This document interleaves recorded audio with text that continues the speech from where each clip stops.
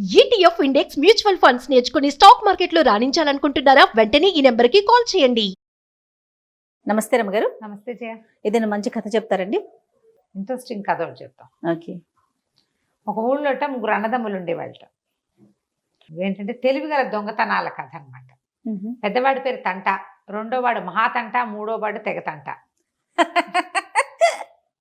చాలా బాగుంది కదా. తెగతంటకి భలే తంట అని పెట్టుకుందాం పేరు. భలే తంట, మహాతంట, భలే తంట. ఎంతో తెలివైన వాళ్ళు, దొంగతనాల్లో ఆరితేరి ఉంటారు. ఆ తెలివితే ఎట్లా? మహా తెలివి. వాళ్ళు ఏమనుకుంటున్నారట, మన ఊళ్ళో ఇక్కడ చేసేది ఏం లేదు, రాజుగారికి దగ్గరికి వెళ్ళాలి, రాజుగారికి మనం వస్తున్నామని తెలియజేయాలని రాజుగారికి ఒక ఉత్తరం రాశారు. నా పేరు తంట, మీ ఊళ్ళో నేను మా రాజ్యంలో దొంగతనం చేయబోతున్నాను, నగరంలో చేతనైతే పట్టుకోండి. ఉత్తరం వెళ్తే రాజుగారు ఆశ్చర్యపోయి, ఏమిటి వీడెవడో ఉత్తరం రాశాడు అని ఊరంతా ప్రచారం చేశారు. తంట అనేవాడు ఒకడు వస్తున్నాడు, వాడు దొంగతనం చేయబోతున్నాడు, మంత్రికి చెప్పాడు జాగ్రత్తగా ఉండండి మీరు. వాడు ఎక్కడ చేస్తాడు, ఏం చేస్తాడు, ఎక్కడెక్కడో బాంబు పెట్టాములాగా ఏమీ తెలియదు. కానీ జనాలు ఇచ్చాడు, ముందు క్లూ ఇచ్చాడు. దొంగతనం జరుగుతుందేమో చూద్దాం అనుకుంటున్నాడు. ఈ తంట అన్నవాడు నగరంలోకి వచ్చాడు. వాడు తిరిగి ఊరంతా తిరిగి ఒక పేదరాజు పెద్దమ్మ దగ్గర చేరి సరే భోజనం పెట్టించుకున్నాడు. అన్నం పెట్టింది. అన్నం పెడితే అడిగి, ఏమిటవా పెద్దమ్మ మీ ఊళ్ళో విశేషాలు అన్నాడు. అంటే పెద్దమ్మంది, ఏమున్నాయినా విశేషాలు, అన్నీ బాగానే ఉన్నాయి. రాజుగారు మా సాధారణంగా పోయేవాడు, మంత్రి గారు భలే తెలివైనవాడు, మరి ఒకడెవడో తంటాట, వాడు ఇక్కడ దొంగతనం చేస్తానన్నట్ట, దాంతో కొంచెం ఏదో జాగ్రత్తలు అవి పడుతున్నారు, కాస్త రక్షక భటులను పెంచారు, ఏమిటో హడావిడి పడుతున్నారు అంటే, అలాగా అవ్వ అన్నాడు. అన్నం పెట్టి తిన్నాడు. తిన్నాక ఓ బంగారు కాసు ఇచ్చాడు. ఆవిడ 1 అని లెక్క పెట్టి ఒక డిబ్బెన్లో వేసుకుంది. వస్తా పెద్దమ్మ, కుదిరితే మళ్ళీ వస్తాను, లేకపోతే లేదు అన్నాడు. అన్నాక అట్లా 4 వీధులు తిరిగాడు. తిరిగిన తర్వాత పువ్వుల కొట్లు, పళ్ళ కొట్లు, కూరల కొట్లు కనపడుతుంది. ఒక పువ్వుల కొట్టు పక్కన కట్టల తమలపాకుల కొట్టు కనపడింది. తమలపాకుల కొట్టుకు వెళ్ళాడు. ఎంత మోద అన్నాడు. అంటే మూరనా? మోద అంటే కట్ట. అంటే ఈయన ఏమన్నాడు, రూపాయి బాబు అన్నాడు. ఎన్ని ఉంటాయి అన్నాడు. కట్టలో 300 ఉంటాయి బాబు అన్నాడు. ఈయన ఏమన్నాడు, నాకు 10 ఆకులు ఇవ్వు అని ఓ పావలా చేతిలో పెట్టి, బజారు వెళ్తున్నా, మా వాడు ఎవడైనా వస్తాడు లేదా నేనే వస్తా, 300కి ఒక్క పిసరు కూడా తగ్గడానికి వీల్లేదు, ముందు నాకు 25 ఆకులు ఇచ్చి, ఇప్పుడు 25 ఇచ్చావు కాబట్టి 25 తక్కువ 300 ఇస్తే సరిపోతుంది, సరేనా అన్నాడు. ఆయన ఏం చేశాడు, మోదల నుంచి 25 ఆకులు తీసి వీటి చేతిలో పెట్టి ఆ మోద పక్క పెట్టాడు. డబ్బులు ముట్టినాయి కదా, మిగిలిన డబ్బులు 30 ఇచ్చి తీసుకుంటాడు, రూపాయి. అక్కడి నుంచి తమలపాకులు ఒలిచి వేసుకుంటూ బయలుదేరాడు. ఇంకా తిరిగాడు. అవతల సందులో ఎక్కడో కాశ్మీరీ శాలువాలు అమ్ముతున్న ఒక కొట్లోకి వెళ్ళాడు. వెళ్ళి మరి చూసి చాలా బాగున్నాయి, మాట్లాడాడు. కాశ్మీర్ శాలువాలంటే ఆ రోజుల్లో చాలా ఖరీదు, ఉన్ని చేత్తో నేసేవి, చత్తి గొప్పవి, ఎవరికైనా అద్భుతమైన వ్యక్తులకి బహుమానంగా ఇవ్వాలని ఇప్పుడు మనం కూడా శాలువాలు కప్తాం చూడు, అట్లా అనమాట. 300కి బేరం కుదిరాక ఈయన ఏం చేశాడు, ఓ 25 రూపాయలు అక్కడ ఇచ్చాడు. ఇచ్చి, నా దగ్గర ఇంకా డబ్బులు లేవు, ఎందుకంటే ఇది కొత్త ఊరు, మా వాడు ఒకటి దగ్గర పెట్టా, శాలువా నాకు ఇచ్చేయండి, మీ వాడిని ఒకడిని నాతో పంపించండి, మరి నేను ఇప్పిస్తా డబ్బులు తీసుకొచ్చేస్తాడండి. ఇలా జరుగుతాయి, పెద్దవాళ్ళంతా ఇలాగే చేస్తారు. అప్పుడు బ్యాంకులు అవి లేవు కదా, ఎక్కడో తెలిసిన వాళ్ళ దగ్గర దాపెట్టుకుంటారు డబ్బులని. తమ్ముడిని పంపించాడు. తమ్ముడిని వెంటేసుకుని తంటా గారు తమలపాకల కొట్టు తీసుకుపోయాడు. ఆ కొట్టు బయట నుంచి, అన్నా బాగున్నావా అన్నాడు. మధ్యాహ్నం నుంచి సాయంత్రానికి, పొద్దు అయ్యేదాకా ఏమైపోతాను అని తీసుకెళ్తావా అన్నాడు. 25 తక్కువ 300 ఈయనకి ఇచ్చేయి అని ఈయన్ని చూపించి అన్నాడు. బాయ్ చెప్పాడు. శాలువా సంకలో పెట్టుకున్నాడు. 3 సందులు తిరిగి 36 గొంతుల్లోకి వెళ్ళిపోయాడు. ఈయనేమో 25 తక్కువ 300 వస్తుంది కదా, ఇవ్వండి 25 తక్కువ 300 అంటే, ఆయన ఏదో చేతిలో పని అరటిపిల్లగేళ్ళేవో వేళ్లాడేస్తున్నాడు. ఆ పని అయిపోయాక మెల్లిగా చేతులు తుడుచుకుని తమలపాకులు కట్ట తెచ్చి ఈ కుర్రాడి చేతిలో పెట్టాడు. కుర్రాడు అన్నాడు, ఏమిటి తమలపాకులు ఇస్తున్నారు, డబ్బులు ఇరా అన్నాడు. డబ్బులు ఏమిటి, ఆయన డబ్బులు ఇచ్చేసాడు కదా, పాతికి తక్కువ 300 ఇమ్మన్నాడు, ఇచ్చాను. అదేంటి పాతికి తక్కువ 300 డబ్బులు ఇవ్వాలి, పాతిక కొట్లో ఇచ్చాడు. 300 పాతికి తక్కువ 300 ఇక్కడ ఇప్పిస్తానన్నాడు, అది ఇవ్వమంటాడు వాడు. తమలపాకులేనంటాడు ఈయన. చెడామడా పొట్టాడుకున్నారు. అక్కడి నుంచి రక్షక భటులు చేరారు. వీళ్ళకి అర్థమైంది ఎవడో ఒకడు వచ్చాడు. తమలపాకుల వాడి దగ్గర బేరమాడి కాశ్మీర్ సాలు వాళ్ళ వాడికి టోపీ పెట్టాడు. ఓ ఇది దొంగతనమే కదా. 25 రూపాయలు ఇచ్చి 300 రూపాయల ఖరీదైన దాన్ని పట్టుకుపోయాడు. ఇప్పటిదాకా ఆ ఊళ్ళో ఇలాంటి మోసాలు జరగల. రాజుగారు చాలా ఆశ్చర్యపోయాడు. జాగ్రత్తగా ఉండాలనుకున్నారు. సరే, మళ్ళీ 15 రోజులకు ఒక ఉత్తరం వచ్చింది. నా పేరు మహాతంట, మీ ఊళ్ళో దొంగతనం చేయడానికి వస్తున్నాను అని. రాజుగారికి వట్టుడికిపోయింది ఊరంతా. అయ్య బాబోయ్, వాడెవడో వస్తున్నట్ట 300 రూపాయలకి పోయిపోయి టోపీ పెట్టాడు. 300 అంటే ఆ రోజుల్లో ఇవాళ 3 లక్షలతో సమానం. సరే, అందరూ రెడీగా ఉన్నారు. ఈ మహాతంట ఊళ్ళోకి వచ్చి పెద్దమ్మ దగ్గరికి వచ్చాడు. పెద్దమ్మ అన్నం వండ పెడతానంది. ఆవిడ దొడ్లోకి వెళ్ళి అరిటాకు కోసుకొచ్చే లోపల వీడి డిబ్బీలోంచి రూపాయి తీసేసాడు. ముందు తంట ఇచ్చాడు కదా రూపాయి, ఆ రూపాయి బిళ్ళ లాగేసి కూర్చున్నాడు భోజనానికి. భోజనం పెట్టింది, అన్నం తిన్నాడు. ఏమిటి అత్త, అమ్మమ్మ, పెద్దమ్మ మీ ఊళ్ళో సంగతులు అన్నాడు.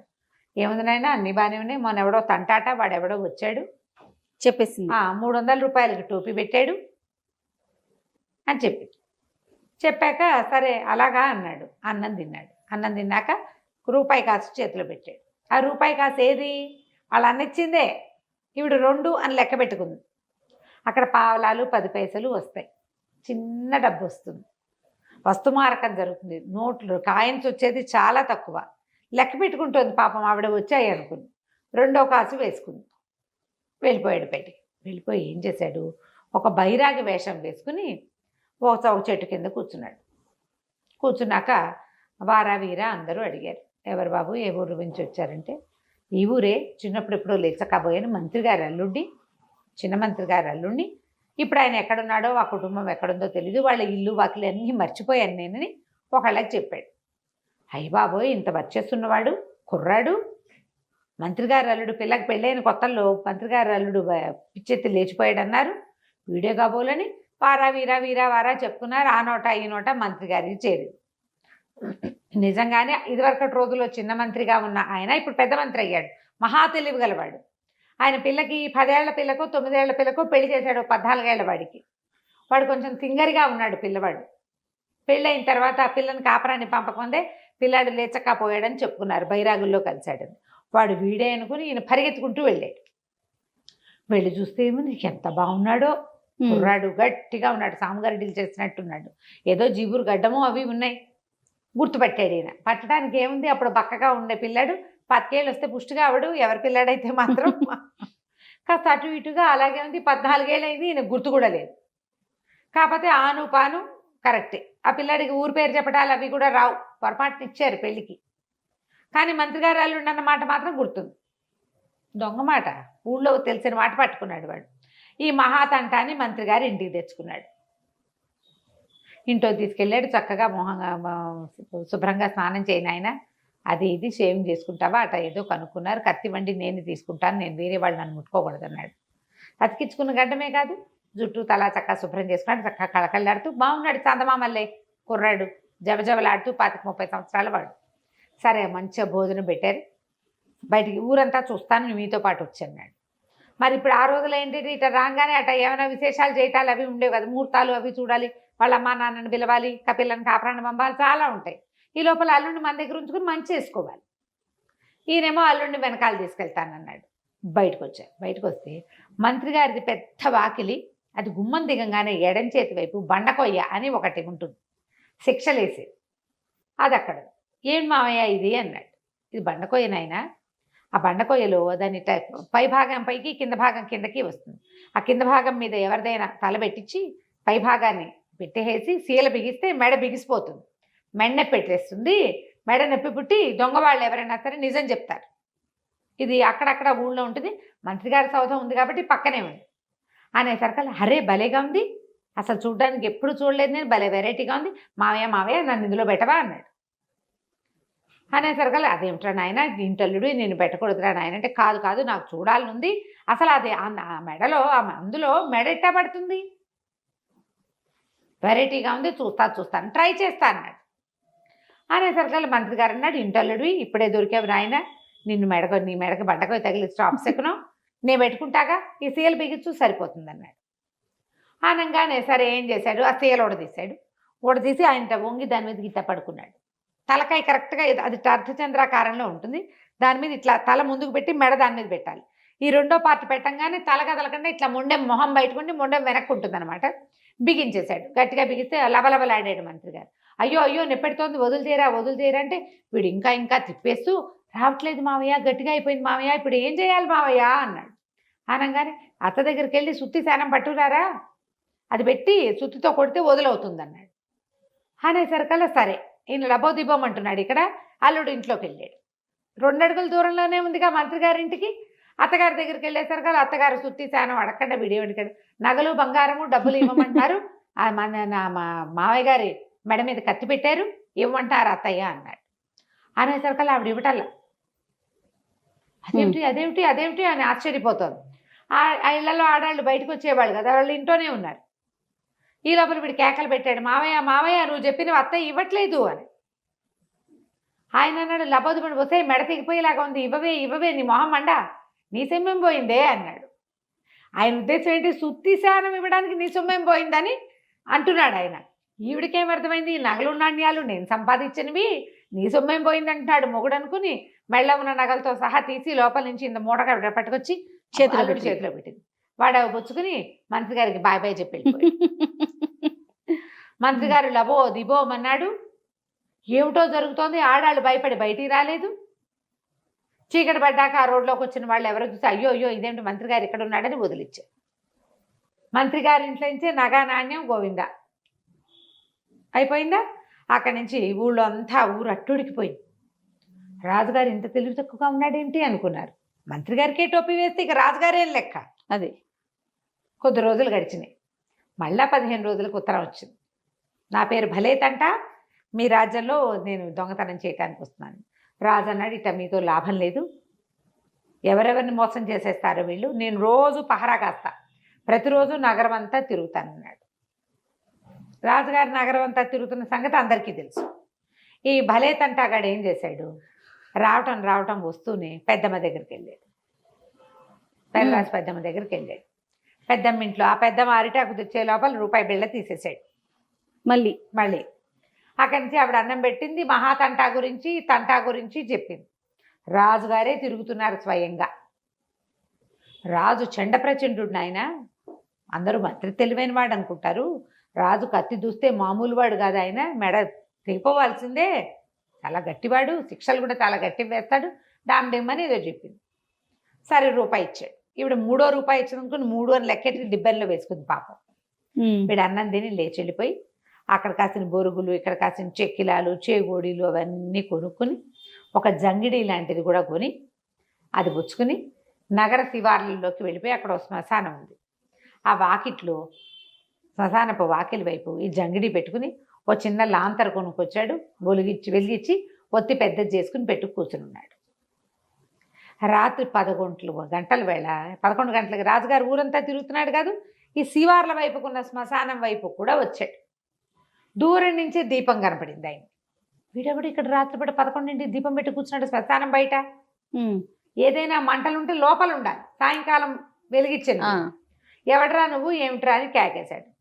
బాబు నేనండి నా పేరండి ఏదో అంటారండి ఈ చుట్టుపక్కలే ఉంటాను దొంగలు ఈ దారిలో తిరుగుతారండి నా దగ్గర ఏమైనా కరకరలు అవి కొనుక్కు తింటారండి అనేసరికల్లా పొంగల్తో కొనుక్కు తింటామేమిట్రా నువ్వేదో మాట చెప్తా ఉంటే కాదు బాబు నిజమండి నిజం దొంగ ప్రతిరోజు వస్తున్నారండి రోజు కొనుక్కుంటున్నారు నేను ఇక్కడే ఉంటున్నాను అవును ఆయన నిన్న మొన్న రాలా ఇవాళే ఇటు వచ్చాడు సరే నిజమే అనమాట అయితే అన్నాడు ఒరే ఆ దొంగలు ఎవరో నాకు చూపిస్తావరన్నాడు చూపిస్తాను బాబు తప్పకుండా అన్నాడు దాక్కోండి అక్కడ దాక్కోవడానికి ఏమీ లేదు వీడన్నాడు అట్ట కాదు బాబు మన దగ్గర సంచులు ఉన్నాయి గోను సంచులు ఓ పని చేయండి గోను సంచులో కూర్చోండి సంచి కప్పు కూర్చుంటే అదేదో బస్తా అనుకుంటారు మనిషి అనుకోరు ఇప్పుడు నిలబడి ఉంటే మనిషి అని తెలుస్తుంది బస్తాలో కూర్చుని ముడుచు కూర్చుని ఉంటే ఏదో వస్తువులు సంచిలాగా వస్తువులాగా ఉంటారు, అందులో కూర్చోండి అన్నారు. రాజుగారు మంచిగా తలపాగా ఉంది, పెద్ద కత్తి కటారు ఉన్నాయి ఆయనకి, గుర్రం, కోట్ ఒకటి పెద్ద అంగరక చలేస్తుందని వేసుకున్నాడు. అవన్నిటితో ఆ బస్తాలో కూర్చోలేకపోయాడు. ఆయన అన్నాడు, నా తలపాగా పై కోటు కత్తి తీసి వాడి చేతిలో పెట్టాడు. పెట్టి నేను బస్తాలో కూర్చుంటాను అన్నాడు. ఎప్పుడైతే ఆయన సంచిలో కూర్చున్నాడో వెంటనే వీడి దాన్ని మూతి కట్టేశాడు. రాజుగారు గిలగిల్లాడాడు, గిలగిల్లేదు, కలకల్లేదు. వీడేం చేశాడు, ఆ అంగరఖ ఉందిగా చొక్కా, అది పైనుంచి వేసుకున్నాడు. ఆ తలపాగా పెట్టుకుని ఆ కత్తి చేత్తో పుచ్చుకున్నాడు. రాజు అయిపోయాడు. చేత్తో పుచ్చుకుని ఆ గుర్రం ఉందిగా, మీరు చెప్పాడు ముందే, బాబు గుర్రాన్ని దూరంగా కట్టేస్తానండి, ఎవరైనా గుర్రం ఉంటే తెలుస్తుందని 3 గుర్రాన్ని ముందే అవతల కట్టేసి వచ్చాడు. చల్లగా నడుచుకుంటూ పోయి ఆ గుర్రం ఎక్కాడు.